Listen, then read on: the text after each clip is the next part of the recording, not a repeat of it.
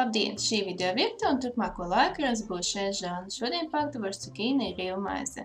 Vajadzēs cukīni, olas, rīvmaize, milti, sausie pētersīši, sausais ķiploks, paprika, sāls un augēļa.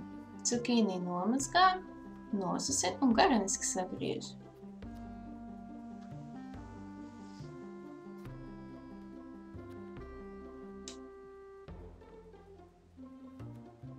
Olu mazliet sakuļ.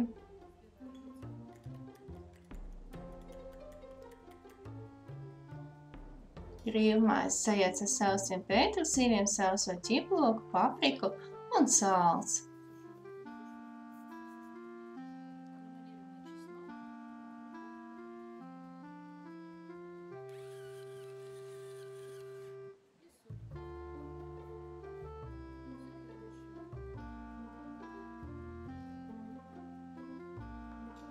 Veidni ietalko.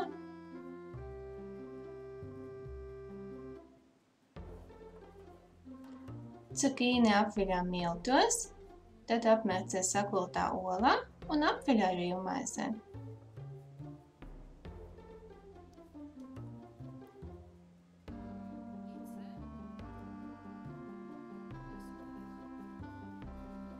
Veidnē liek cukīnī.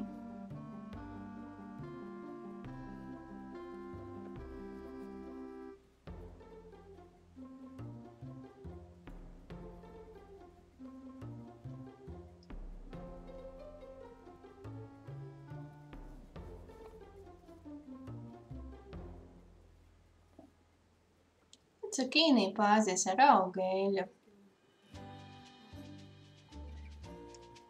Un veidni liek sakarsētā līdz 180–200 grādiem cepeškrāsnī uz kādām 20 minūtēm.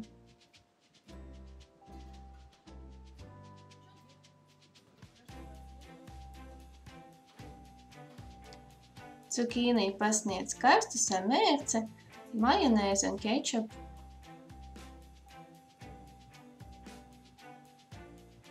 Laiks baudīt.